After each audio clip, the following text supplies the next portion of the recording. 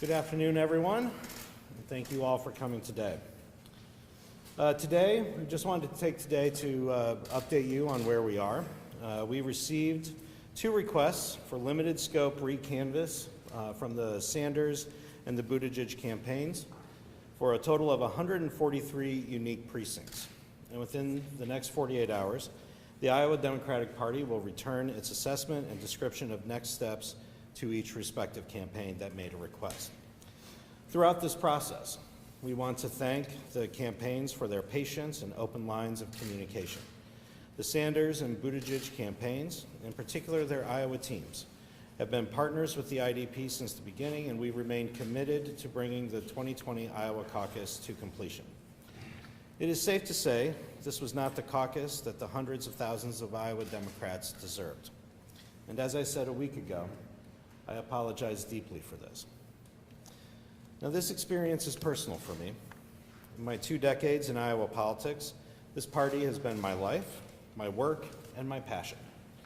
Nearly every day has been shared with Democrats across the state, striving for a vision bigger than ourselves and expanding our Democratic community from river to river and everywhere in between. You will not find more dedicated or capable Democratic force in the country, and my commitment to them is absolute, and I cannot imagine where our state and our country would be without them. In this caucus, our work is not done.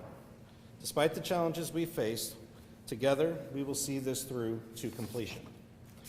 Now, additionally, I recognize that we have not been able to provide an answer to every question that you folks and others have had over the last week. It can appear that outside voices are speaking freely, but the Iowa Democratic Party is not. I want to make something clear. This is not a PR exercise for us. This is upholding our core mission, which is delivering a full and complete caucus and building a coalition to beat Donald Trump. In every step of the process, we have held high our responsibility to not rush to judgment, to ensure that the information we share are the facts and nothing else, and to stay focused on our end goal and not let distractions hamper us from our progress. Our character is proven in our commitment, the commitment that drove the second highest caucus turnout with over 176,000 caucus goers, short only to the 2008 turnout. By most accounts, the caucus meetings were well organized, well equipped, and successful. But no matter what the story is at the end of the day, I will never forget that the proud work of Democrats who stepped up in their communities to help our party succeed.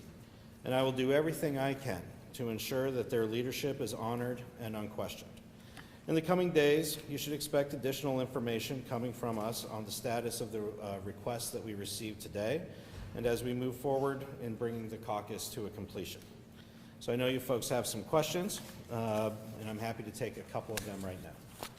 Troy, is there any sense on how long this might take if you agree to do the recanvassing of those 143 precincts?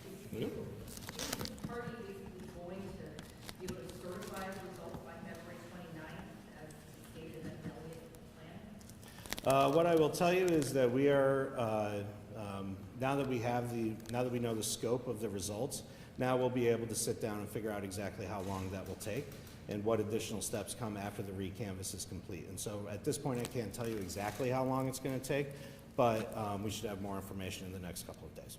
Troy, I think we've all read the letter from Shayla explaining why caucus mass sheets can't be changed. I talked to Gary Dickey today, who's just one voice in this, but he just said that the logic didn't make sense, it was indefensible. Why can't, I understand why maybe raw preference numbers can't be altered, but if there are mathematical rounding errors, why can't those be adjusted? Because these sheets are signed not only by the precinct chair and the precinct secretary, they're also signed by campaign representatives. And so for us, they are the official record of what took place in the room. And we do not believe that we should be altering what is the official record of what happened in the room. The course for correcting that is what is starting here today, starting with the recanvass process, and then if requested a recount after that. And that's what we will, and so that's where we are in the process. The process does exist to correct that, and that's what we are starting embarking upon today. Troy, has there been a conversation about bringing in like an outside entity or the state auditor to go through these numbers with you to ensure accuracy and like another set of eyes? I mean, I feel confident in the team that we have in place that's working through this, and that's why we have taken the steps that we have to make sure that the results that we have are as accurate as possible. So does a recanvass allow changing the map, or does a recount have to be involved in order to change the map on those caucus worksheets, on the map worksheets? A recount would be necessary to change alter what those numbers were on the caucus map. Will you guys be releasing the county delegates allotted to the satellite offices, or is that Sorry, repeat that? the county delegates and so The county delegate allocations. Yeah, to the satellite offices. From there to the state convention. Yes. Yeah, we're working on that right now. Our counties need that, not just for that, but for their county conventions coming up and who they're going to elect, so we're working on that right now. If there are underlying errors in the math and caucus worksheets, why isn't the party taking the initiative to reinstitute that recount? Because our rules state exactly how the recount process should proceed, and that's what's starting here today. How do you respond to people, including Senator Sanders, who say this indicates that the caucus results have never been accurate? We have more information available to us this year, and so I think that what this process has shown to us is allow us to see more behind the scenes. But beyond that, we're going to continue to work to make sure that these results are as accurate as possible. Troy, in 2016, there was some kind of review that the party did that ended up narrowing the delegate margin between Hillary Clinton and Bernie Sanders. Weren't some of the caucus map worksheets or the delegate allocations changed at that time during that review process? I honestly can't speak to that. Can you tell us who authorized to use a shadow company to develop the app? Listen, we're going to be undergoing a full forensic review of all of those processes, and that will be one of the topics that will be covered in the course of that. When does the review begin? For that? Was there like an RFP or something? There was an RFP process. Can you back up when you're talking about the recanvas, the questions about the math done at that first level? This can change that or it can't? Recanvas is just checking what's on the map worksheets to what is reported. The recount process then utilizes the presidential preference cards to do a recount of what happened in the vote. But there was no request for a recount though, right? The first step is a recanvas, and then after a recanvas, then a recount can be requested. Who requests it? Who would be authorized to request it? Campaigns. And is there a separate deadline? Was that after you come back with recanvassing?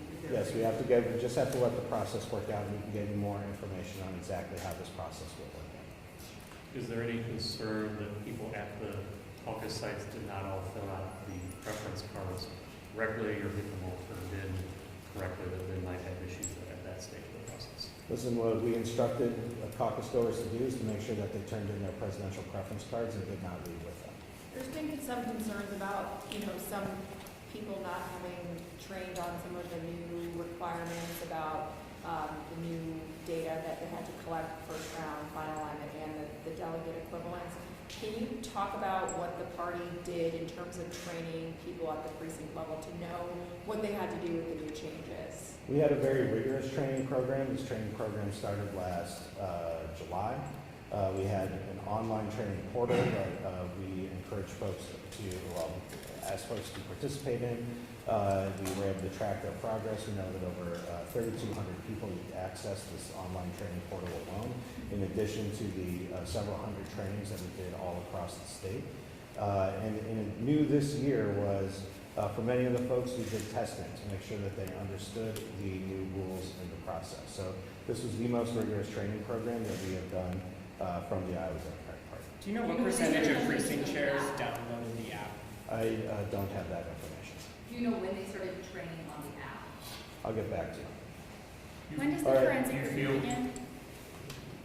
Right now, it's going through our processes. I've asked the Operations Committee of the State Central Committee to begin that process. They're going through that right now, and we can follow up with more information.